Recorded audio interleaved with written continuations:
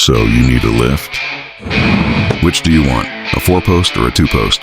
Well, let me ask you a simple question. How are your knees? 2-post lifts are a great addition to any garage, but the fact remains, it takes a lot of bending down to properly place the arms.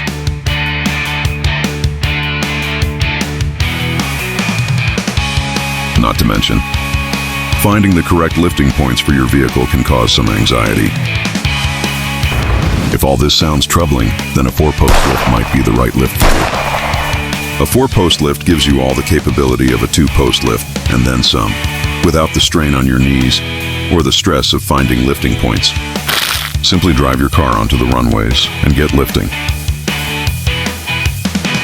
You can stand safely under your vehicle. And with a sliding jack or a rolling jack, you can easily lift the vehicle again for access to the wheels.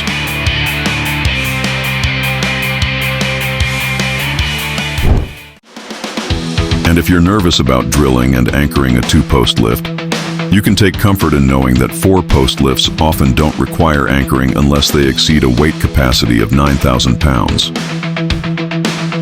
Not only that, but with a caster kit, you can easily move a 4-post lift around your garage, making your space more flexible and usable for different projects.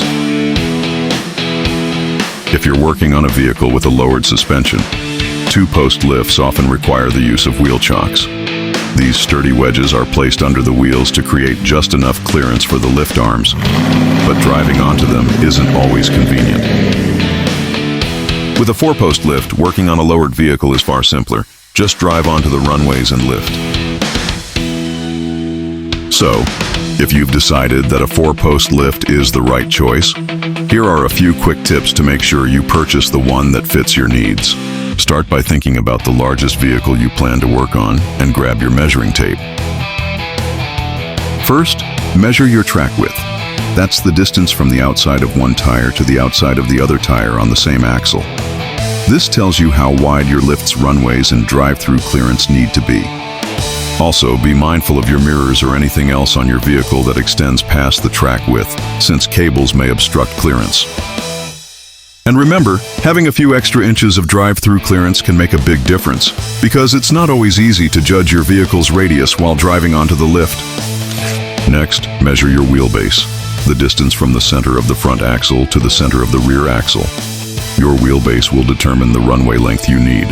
Remember, the runways should comfortably fit the longest vehicle you'll be lifting. You'll also want to check your garage height. If you plan on storing cars, add the height of both vehicles together, and then add at least 12 inches. That's the minimum ceiling clearance you'll need. And don't forget, if you want to open your garage door with a car raised, make sure the door tracks and opener aren't in the way. Finally, think about your overall bay space.